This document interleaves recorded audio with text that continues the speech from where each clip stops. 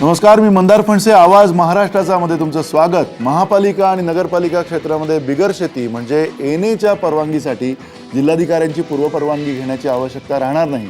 राज्य मंत्रिमंडळाच्या बैठकीत हा निर्णय घेण्यात आलेला आहे. या निर्णयामुळे जमीनधारकांना आता एनएसाठी जिल्हाधिकारी कार्यालयामध्ये खेटे घालावे लागणार नाहीत. पण दुसरीकडे सरकारनं घेतलेला हा निर्णय बिल्डर धार्जिणा असल्याचा आरोपसुद्धा होतोय. याच विषयावर आज आपण चर्चा करणार आहोत आणि या चर्चेसाठी आपल्यासोबत आहेत डॉक्टर राजू वाघमारे, काँग्रेस पक्षाचे प्रवक्ते, डॉक्टर विश्वंभर चौधरी, सामाजिक कार्यकर्ते आहेत पुण्याहून आपल्यासोबत, प्रकाश बाविस्कर आपल्यासोबत आहेत, उपाध्यक्ष आहेत महाराष्ट्रीयन बिल्डर असोसिएशनचे, आणि सुनील कदम सामाजिक कार्यकर्ते आपल्यासोबत आहेत.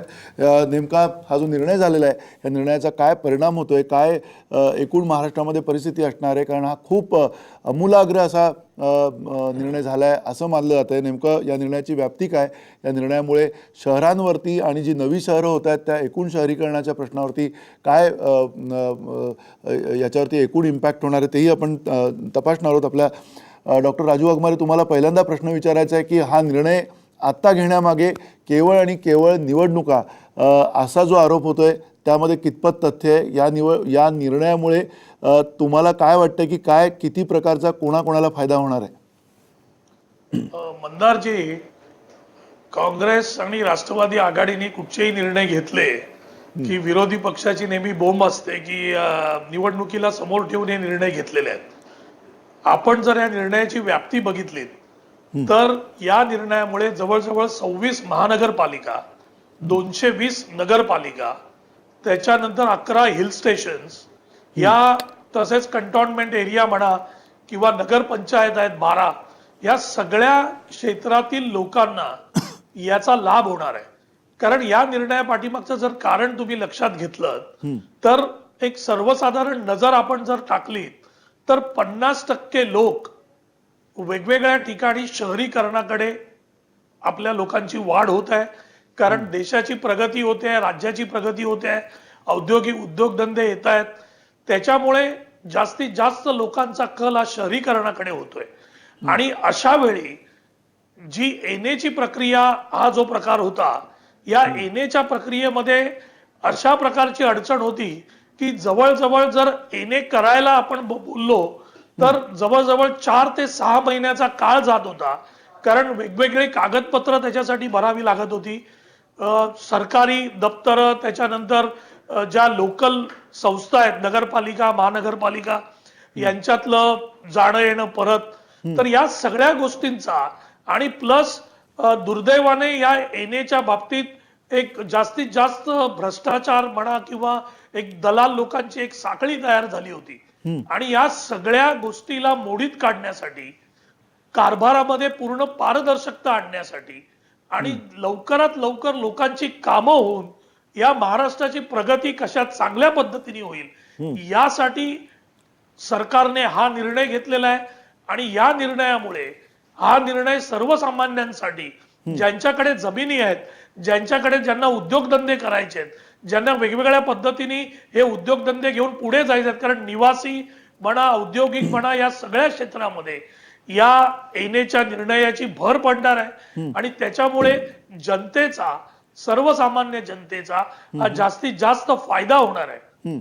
नक्की, तुम्ही म्हणताय की सर्वसामान्य जनतेचा फायदा होणार आहे, पण त्या जनतेबरोबर नेमकं हा जो निर्णय घेण्यामागे त्याच्यामागे आणखीन काय उद्देश असू शकतात आणि त्या उद्देशांच्या पेक्षाही महत्त्वाचा त्याचे परिणाम काय असू शकतात हे आपल्याला समजून घ्यायचं आहे. विश्वंभर चौधरी, तुम्हाला सुद्धा हाच प्रश्न विचारायचा आहे की मुळात या निर्णयाने तुम्हाला काय वाटतं की कशा प्रकारचे परिणाम येणाऱ्या काळामध्ये आपल्याला दिसणार आहेत? कारण अत्यंत आमूलाग्र असा निर्णय आहे. एकीकडे त्याच्या काही चांगल्या बाजू दिसत आहेत, पण जर त्याच्यात काही घडणार असेल येणाऱ्या काळामध्ये दुष्परिणाम काही तुम्हाला दिसत आहेत का?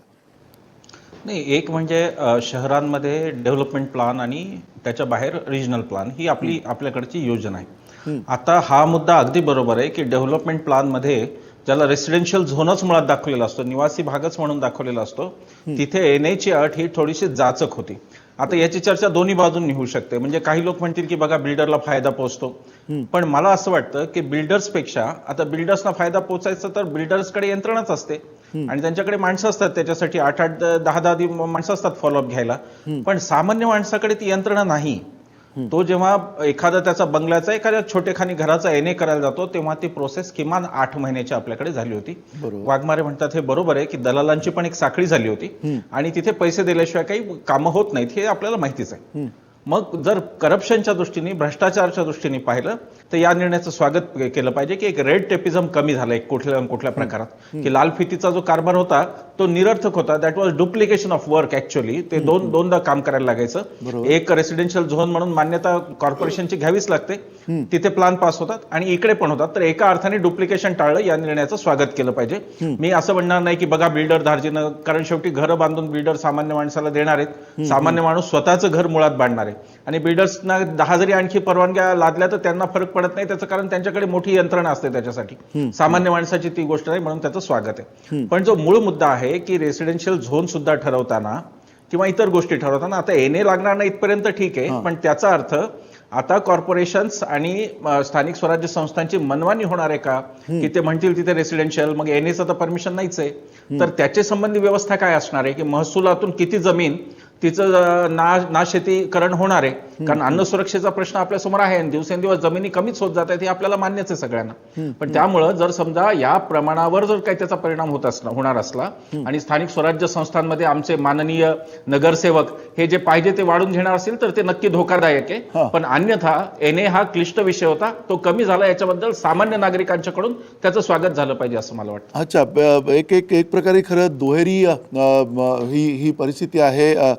जसं विश्वंभर चौधरी म्हणाले की कुठेतरी एक सुलभीकरण होत आहे. प्रकाश भाविस्कर, तुम्हाला वाटतंय का की खऱ्या अर्थानं या सगळ्या प्रक्रियेचं सुलभीकरण होण्याची ही सुरुवात झालेली आहे? आणि जरी सुरुवात ही झाली असली तरी ही नेमकी आत्ता निवडणुकीच्या तोंडावर झाले, उशीर झाला असं तुम्हाला वाटत नाही? प्रश्न याच्यामध्ये उशीर होण्याचा किंवा हा आमच्या बिल्डरांच्या माध्यमातून महत्त्वाचा भाग नाही आहे. मूळतः मी सुरुवातीलाच या निर्णयाचं स्वागत करतो. माननीय मुख्यमंत्री पृथ्वीराजजी चव्हाण साहेब आणि महसूल मंत्री बाळासाहेब थोरात साहेब यांचं मी अभिनंदन करतो, धन्यवाद व्यक्त करतो सुरुवातीलाच. याच्यामुळे अतिशय सुलभ असं हे काम होणार आहे. महाराष्ट्र जमीन महसूल अधिनियम 1966 मध्ये हे सेक्शन 41 ते 45च्या दरम्यान ही एक परवानगीची जाचक अट या ठिकाणी घालण्यात आलेली होती आणि या अटीनुसार एक आपण अर्ज जर बघितला एक जिल्हाधिकारी कार्यालयाचा, तर या अर्जामध्ये 20 प्रकारची कागदपत्र या ठिकाणी लागत होती. ह्या 20 प्रकारच्या कागदपत्र जमा करण्यासाठी प्रत्येकी एक कागदपत्रासाठी मिनिमम 5 टेबल फिरावं लागत होतं. म्हणजे जवळपास 50 ते 60 पेक्षा जास्त टेबलांवर ही कागदपत्र जमा करावी लागत होती. आणि त्याच्यानंतर त्याच्यामध्ये 6 ते 7 प्रकारच्या वेगवेगळ्या NOCs लागत होत्या. उदाहरणार्थ ग्रामपंचायतची NOC घ्यायला लागत होती, PWDची NOC घ्यायला लागत होती, MSCDची NOC घ्यायला लागत होती, मेट्रो सेंटरची NOC घ्यायला लागत होती, इरिगेशनची NOC घ्यायला लागत होती, फॉरेस्ट डिपार्टमेंटची NOC घ्यायला लागत होती. म्हणजे याचाही विचार केला तर जवळपास 60 टेबल या फायली फिरत होत्या. म्हणजे जवळपास 100 पेक्षा जास्त, म्हणजे 120च्या दरम्यान एवढ्या टेबलांवर ही फाईल फिरत होती. आणि एनएला अर्ज करण्याच्या पूर्वी जवळपास 60 टेबल, म्हणजे अर्ज दाखल होण्यापूर्वी जवळपास 6 महिने या कागदपत्र जमा करण्यासाठी फिरायला लागत होतं. आणि झाल्यानंतर पुन्हा एकदा या NOCसाठी फिरायला लागत होतं. आणि नंतर जिल्हाधिकारी कार्यालयाचे विविध टेबलांवर ही फाईल जेव्हा मूव्ह करत होती त्याच्यातल्या त्रुटी शोधल्या जात होत्या, छाननी केली जात होती. याला सुद्धा बराच काळ लागत होता. तर जरी 3 ते 6 महिन्याचा कालावधी चर्चा केला जात असला तरी सुद्धा जमीन खरेदी केल्यापासून येण्याची परमिशन मिळेपर्यंत जवळपास 1 वर्षाचा कालावधी हा ॲक्च्युअल जात होता. आणि या 1 वर्षाच्या कालावधीमध्ये जी जमिनीसाठी इन्व्हेस्टमेंट केलेली आहे ही इन्व्हेस्टमेंट ही मोठ्या प्रमाणामध्ये त्याचं इंटरेस्ट वाढत जात होतं. आणि हे इंटरेस्ट वाढल्यामुळे जमिनीच्या किमतीबरोबर, कारण घराच्या किमतीमध्ये टोटल प्रोजेक्ट कॉस्टच्या किमतीमध्ये 60 ते 70% ही जमिनीची किंमत असते. आणि ही 70% इन्व्हेस्टमेंट ही वर्षभर लटकून राहत होती आणि याचं इंटरेस्ट वाढत जात होतं. ॲटोमॅटिकली प्रोजेक्टची कॉस्ट वाढत होती आणि घरं महाग होत होती.